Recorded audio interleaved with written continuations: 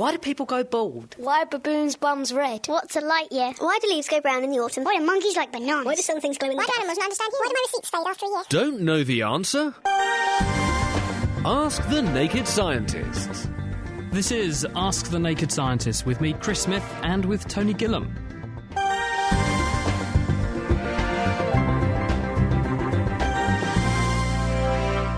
Let's bring in Tony from Westcliff, down in deepest Essex. Evening to you, Tony. Good evening, sir. How are you? All right? I'm very fit and fine. Oh, good. Now, what's this about gout that you want to ask Dr. Chris about? Well, the doctor reckons I've got it. And what is it exactly? Something to do with salts or something? Hello, Tony. Hello. Yes, gout is, well, previously a disease of the upper classes, and these days it's actually much more common because we're all eating better. It's a disease of excess, although it can be caused by other things as well. It's caused by a high level of something called uric acid in your bloodstream. And uric acid is a breakdown product of things like DNA. So when your body is breaking down old cells and recycling some of the constituents in the cells, one of the things it produces as a byproduct of that recycling is uric acid. Now, uric acid is normally very carefully controlled in the bloodstream, but sometimes if it gets a bit high, then it can get into a joint, and the uric acid in the joint joins together with other uric acid molecules, and you get a crystal of uric acid, and you get urate crystals in the joint, and they're very, very painful. For some reason, and we don't know exactly why, the joint between your big toe and the rest of your foot is the most commonly affected joint. And what usually happens is people turn up with a very hot, painful, red and swollen joint, which comes on quite abruptly, and it can last for several days, and people won't let you touch it because it's that painful. The treatment for it is a drug called allopurinol, which blocks an enzyme in the body called xanthine oxidase, and that's the enzyme that breaks down things like DNA and produces uric acid. And so if you take this allopurinol, then it damps down the action of that enzyme, stops you producing uric acid, and as a result you don't get gout again. Frankly, from what you said, Doctor, it doesn't sound like I have got it. If I take an anti-inflammatory, it seems to help like mad. It's much, much better. Anti-inflammatory wouldn't help that, would it? Oh, they do, actually. They when do. people have got well, it, once people have actually got the case of gout with the swollen, painful, red-hot joint, then the only thing you can really do is to take anti-inflammatories, and things like ibuprofen are very good because they damp down the immune system and stop the inflammation, and then you can start taking the allopurinol, which helps to prevent it happening the next time.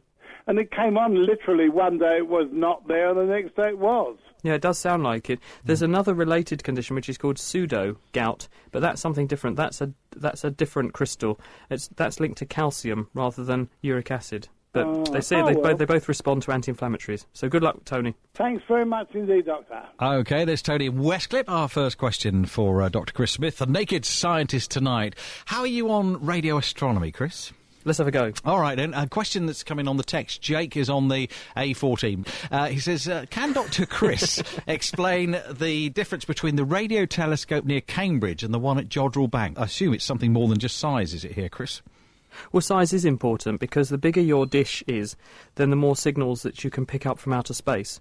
So the basis of radio astronomy is that there's not just information in the visible light spectrum, because light is a very big continuum.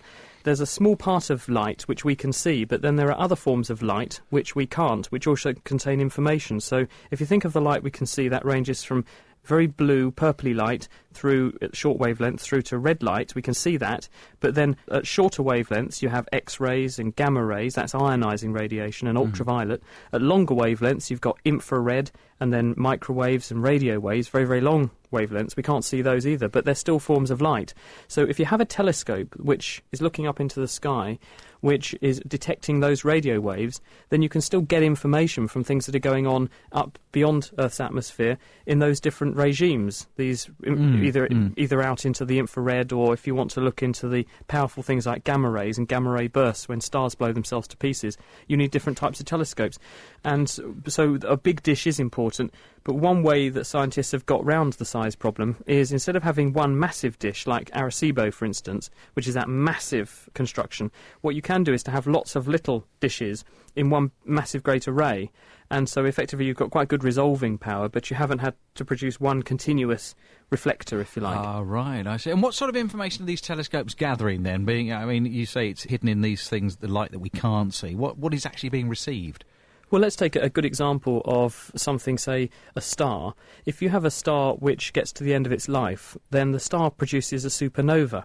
And a supernova is where the star cools down, and the nuclear reaction which is sustaining the star is reduced, and as a result the star begins to collapse on itself. But as it collapses on itself, this revs up the fusion reaction even more. The pressure goes up, and so the star has a very vigorous reaction which then blows itself to pieces, and that's the death of the star. Just as that's happening, it produces an intense beam of light rays in the X-rays or gamma rays, and sometimes in the UV. And there's a satellite up in space, for instance, called SWIFT, which is watching out for these gamma ray bursts. So they can be used, if you can detect these gamma rays, which obviously we can't see, but things that are sensitive to gamma rays can. You can then focus all your telescopes, which look for light, onto the bit of the sky which has got these events going on, and then you can see the other events unfolding. So there are lots of things that happen and produce forms of radiation that we can't see, but which nonetheless are there, and if you can detect those, you can see them. And what about the theory that some of these telescopes can actually see back in time, events that happened millions of years ago? Is that because it's taken that long for the signal to reach Earth? That's correct. We can see back about 12.5 billion years, really, Wow. in terms of the age of the universe. The universe is just under 14 billion years. That's the best estimate we have. So some of the first stars that existed about 13 billion years ago, their light is only just reaching some vestiges of our cosmic neighbourhood. So with very, very powerful telescopes, you can see those traces of light. And the thing about that light is, the reason we know how long it's taken to get to us and how far it's come, is because as light travels through space, as space is expanding, because we know the universe is expanding, the light, if you like, gets stretched out. Oh, I and see, as a result, the light gets so-called red shifted, because the wavelength of the light gets bigger and bigger and bigger because the light waves are being stretched.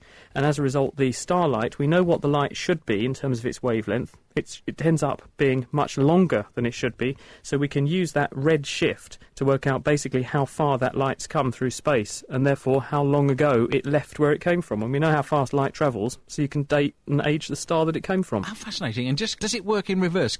Could signals given off by Earth, if indeed Earth does give off these signals, be interpreted by perhaps intelligent life somewhere else? Well, light is radio waves, and so the light that's leaving Earth, the radio waves, the signals we're producing, are going out from planet Earth as almost like an envelope or a shroud around the planet, a bubble, if you like, which is probably at the moment about 100 light years away from the Earth. So it's about 100 light years in radius, this bubble that's spreading out, because we've been emitting radio signals ever since Marconi got the whole thing going about 100 years ago. That means that literally 100 light years is nothing in space terms. The next galaxy is the Andromeda Galaxy, and that's a few million light years away. So we have to wait a little while before anyone who's not in our immediate galaxy can get those signals. The Milky Way galaxy, about 100,000 light years across, so it's going to take a little while before our signals have got right across our own galaxy, let alone anywhere else. Wow. And they're also not that strong. When you think how powerful a star blowing up is. Yeah. All right, Chris, let's have another medical one. A question which has come from another Tony in Walpole St Peter. He asks, why does his grandson get a pain in his forehead when he eats freezing cold ice cream? I can relate to this. I get that pain in my head as ice well. cream headache. That Yeah. is terrible, isn't it? Yeah. It's not just ice cream, it's anything cold can do it to me, in fact. And there's a number of theories about this. One of them is that it's to do with the blood flow to your brain, which is that when you have cold air coming into your mouth, there is some kind of thermostat or some kind of thermoregulation system in place, which is detecting the temperature of the roof of the mouth and the head and your sinuses. And it infers from that how warm or cold your head must be, and it opens and closes blood vessels supplying your head accordingly in order to boost the supply of warm blood or shut down the supply of warm blood accordingly to get the temperature right. So if you put something very, very cold in your mouth, because the roof of your mouth, next stop up from there is quite literally into your brain, then what could be happening is that your brain thinks it's too cold and you boost the blood flow through there, the arteries open up painfully for a fraction of a second, you get that intense pain, and then when things warm up again, everything's okay. The other possibility that people have suggested is that this is a form of referred pain.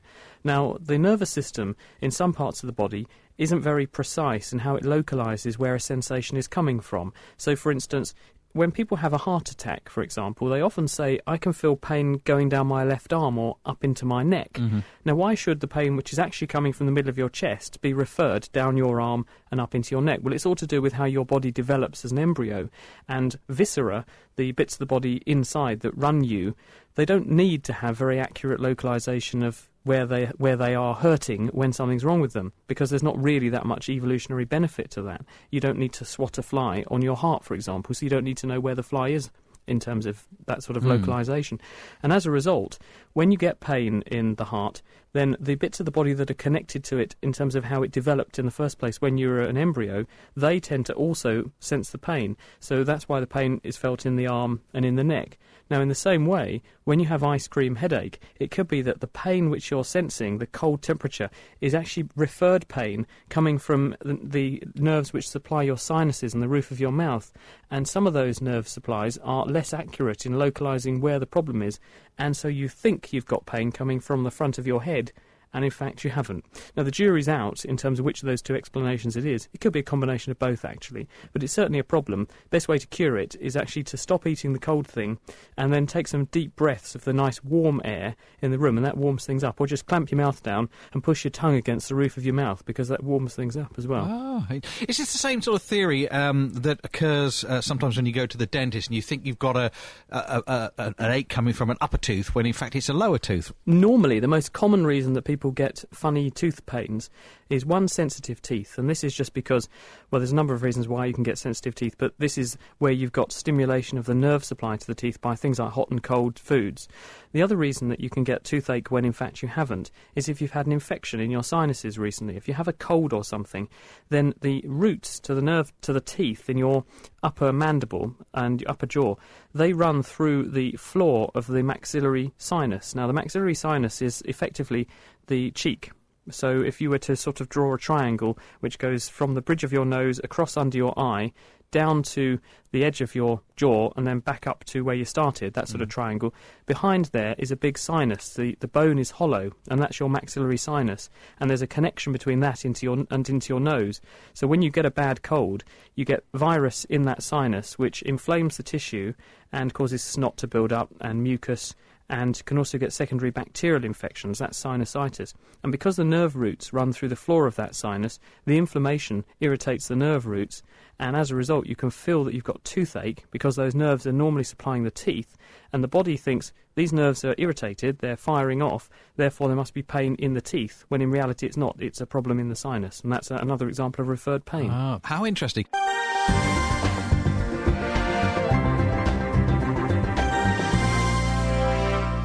Got another caller now, Chris. Trucker Gaz is here. Hello, Trucker Gaz. What's your question then? Hi, Dr. Chris. Well, I'm a hay fever sufferer. I have been for many years now. I'm quite well travelled, but this is the only country I suffer from hay fever.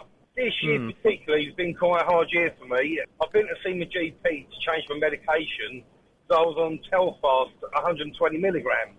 I went to see my GP, must have been a week and a half ago now, and he's upped my medication to 180 milligrams of fexofenadine, I think it's called. Terfenadine, yeah. Yeah, I think it's Telfast again. I'm taking between 8 and 10 a day when I'm only meant to be taking one. Can this do me any harm? If so, what other medication can I take to sort of combat this hay fever? Yeah, it's really difficult this year. I get a little bit of hay fever. I normally just have a sniffle, and occasionally my eyes itch a bit. But this year has been absolutely terrible. And I was talking to all the people at work, and they're all suffering as well this year. And I don't think it's that we've all suddenly got worse allergies. I think probably the climatic conditions this year have been just right for getting lots and lots of pollen up all at once. Because what you need is a nice wet spring, and then lots of water to go into the ground so the plants can grow uninhibited and unrestricted by water. And then you need lots of warmth, because then the plants just grow like bilio, and they all come into flower simultaneously, and then they all produce lots and lots of pollen. And the worst culprits are usually things like grasses and cereals, because they produce huge amounts of pollen, and they're also cultivated. Cambridgeshire, very arable region, lots and lots of plants in fields, so lots and lots of pollen going up, and we've had perfect conditions to keep the pollen in the air. It hasn't been very wet, because rain tends to bring the pollen back down and damp everything down, and it's been very dry. So I think probably it's the environmental conditions that are doing this. the drugs we have for hay fever fall into two categories, really. There's prevention, and then there is kind of cure to a certain extent.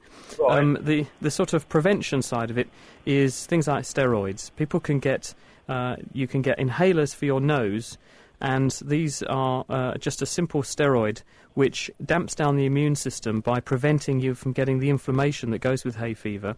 Okay. So if you use that before you're exposed to the pollen, that can be helpful. There are also some antihistamines. This is what you're talking about with terfenadine. That's one of them. Okay. These antihistamines, what they do is to block the action of histamine, as the name suggests. Histamine is an inflammatory chemical which is produced by a kind of cell called a mast cell. So if you look in your skin or in any part of your body where there's a contact between you and the outside world, you have in your tissue these mast cells, and they're big, bulky cells, and they're crammed with histamine, and they're decorated on the outside by antibodies called IgE antibodies. That's the class of antibody. And they look a bit like a Second World War marine mine, if you remember those spiky meatball-like things that when a ship touches it goes off. Well, it's not that dissimilar, actually, because as soon as some pollen gets latched onto by one of these antibodies on the surface, the antibody tells the mast cell, hey, I've just locked onto some pollen, you better get excited. And the mast cell then pumps out all this histamine, and the histamine goes onto all of the cells locally. It goes onto nerve fibres, which are itch sensitive. So you have a class of nerve fibres that signal itch, so that's where you start to itch. Yeah. It goes onto blood vessels, and histamine makes blood vessels open up and also become leaky. And that's why the tissue, wherever you've got an allergic reaction, especially your eyes, goes red because there's increased blood flow. It swells up because there's lots of fluid leaking out of the blood vessels, and it gets really itchy. And so if you take antihistamines, what they do is to lock on to the chemical docking station on all those tissues for histamine, and this stops you actually having some of those reactions. Problem is, you need to get the antihistamines in there before you get any histamine around, because otherwise it's like shutting the door once the horse has bolted. There are some other weedier kind of ways to prevent hay fever symptoms. One of them, there's something called sodium chromoglycate, and you can get this in eye drops. You can get Opticrom eye drops, and this is supposed to stabilise those mast cells. It keeps them happier, so they're less likely to pump out this histamine. So they're all sort of how to damp down and sort of prevent the symptoms. And then there's looking at cure. And a few years ago, when I was little and had my first sort of knockings with hay fever, I went and got desensitisation. And this is where you get some injections, and they inject you with something which you're allergic to, and the idea is that you then get neutralising antibodies which mop up the allergen before it gets near your IgE antibodies and makes you react to it. So it sort of desensitises you. It also provokes your immune system to regulate its response better. That's the theory, anyway. They're sort of coming into vogue, and they're quite good in some respects. So now people are beginning to return to the idea of desensitising people. So that's a sort of cure from hay fever.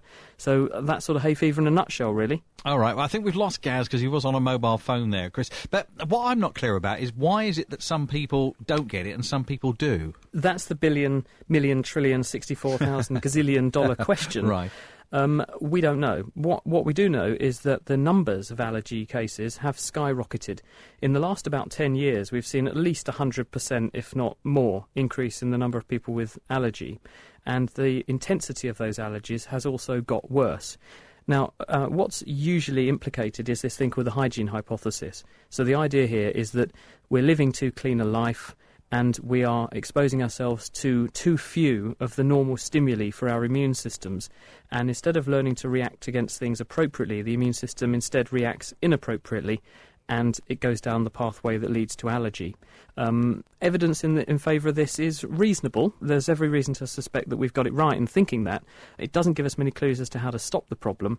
And in terms of why this should happen in the first place, there are a number of theories around. There's quite an elegant example from America where scientists have shown that antibiotics might have something or might have a role to play in this.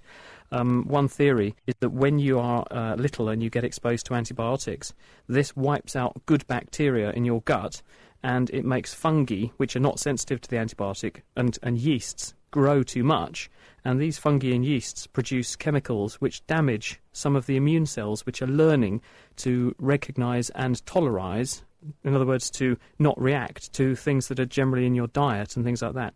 And because you lose those cells, instead of them being tolerant to the things that are in your everyday life, you react to them as though they're foreign and need to be destroyed. And so this theory it suggests that taking lots of antibiotics when you're little might provoke that, and it is backed up by evidence. There was a paper in the journal The Lancet a few years back which looked at young children who'd had big doses of antibiotics, and if you're given broad-spectrum antibiotics that are the antibiotic equivalent of Domestos before the age of about 6 months, you're about 20 times more likely to suffer from allergy later than if you're not. So it does suggest that trying to avoid antibiotics, getting exposed to the right sort of bacteria, and perhaps being exposed to some of the allergens from a young age to allow your immune system to mature as it should do is a good thing. Okie doke. There's a lot of research to be done, obviously, in that one. I wonder if they ever will find the answer. Well, with the huge burgeoning numbers of cases of allergy, we need to solve this problem because it's becoming a real problem. You've got people with really quite severe cases, things like anaphylaxis, where people have a closing up of their airway and need drugs and admission to hospital to save their lives. I mean, this is not trivial.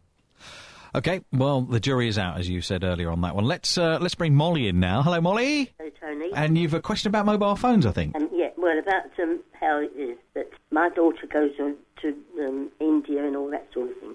And I want to know, how can you speak to somebody without any wires attached anywhere? Yeah, hi Molly.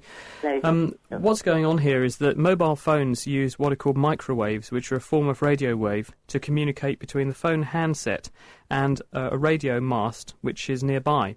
And so when your phone goes near one of these masts, the phone sends a signal to the mast and says, "Hello, I am phone X."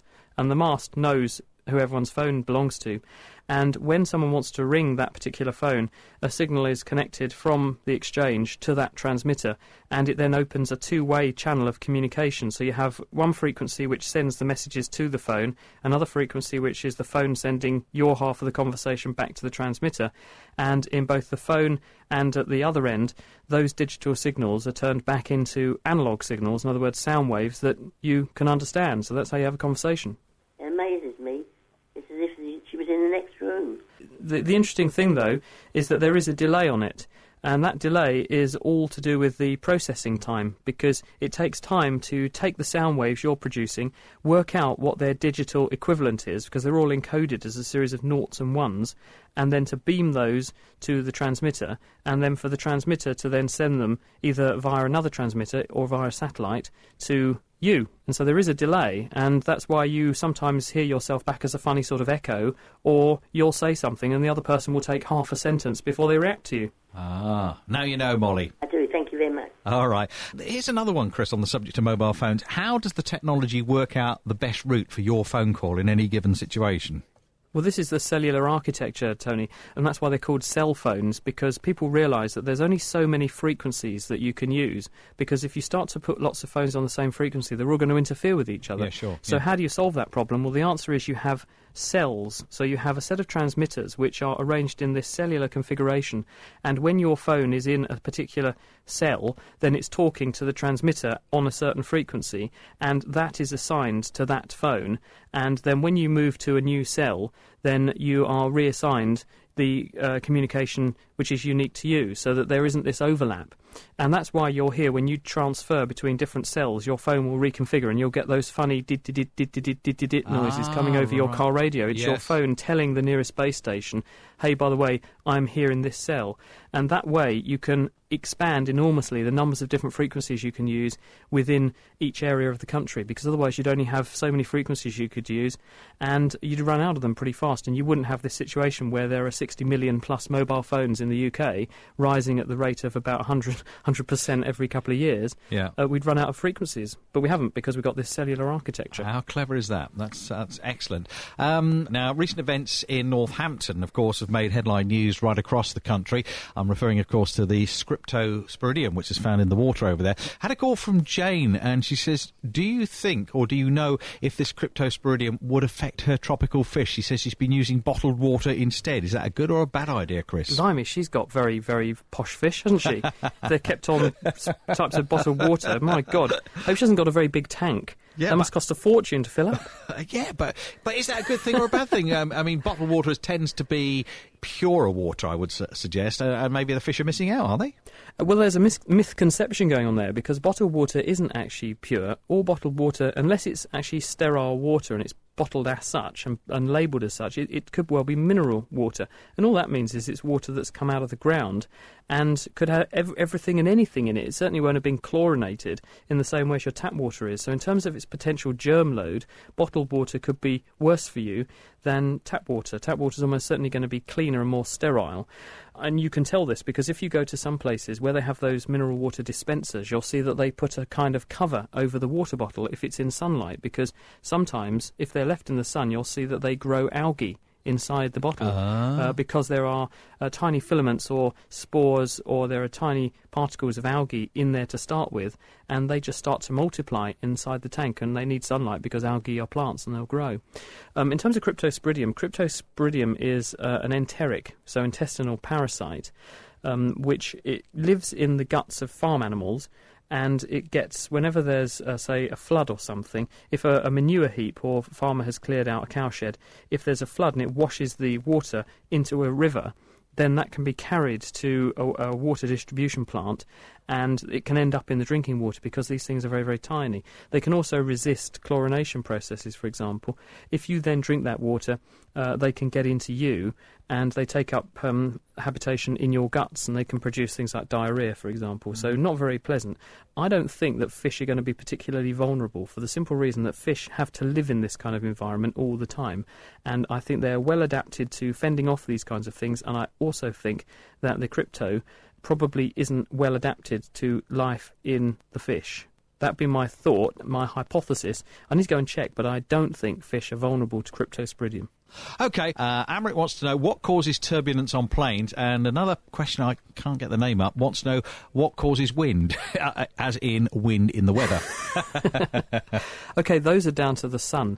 The sun is injecting huge amounts of heat energy to the planet Earth, so every square metre of the planet's surface gets hit by something like 1,000 joules of energy every second. So it's like having a 1 kilowatt bar fire on every square metre of the Earth's surface. Now that heat's got to go somewhere, so the ground soaks up the heat then transfers into the overlying air, and air, when it gets warm, of course, wants to go somewhere. It wants to expand and it wants to rise. So warm air rises, and it gets replaced by cold air coming in from the side, and that's where your wind comes from. Now, obviously, you're going to get bits of the Earth that heat up more and some that heat up less, so you're going to get pockets of hot air and cold air, and when the plane flies through these pockets, of course, the hot air is less dense than the cold air, and so the plane momentarily has a slight adjustment in its speed because it's flying through a less dense medium, and it's also going to get slightly less lift, potentially, in those bits, or slightly more lift, depending on which direction the air is moving in. So that's why you get turbulence. It's pockets of air of different temperatures. It's also why stars twinkle, funnily enough. And we'll be back next week for more Ask the Naked Scientists. In the meantime, you can catch up with all of the previous editions of this show from our website at nakedscientist.com. And if you've got a question which we haven't answered, then why not submit it also to our forum, nakedscientist.com/forum, and we'll take a look at it for you there. Thanks for listening, and goodbye. The Naked Scientists are sponsored by the Wellcome Trust, the EPSRC and UK Fast. For more information, look us up online at nakedscientists.com.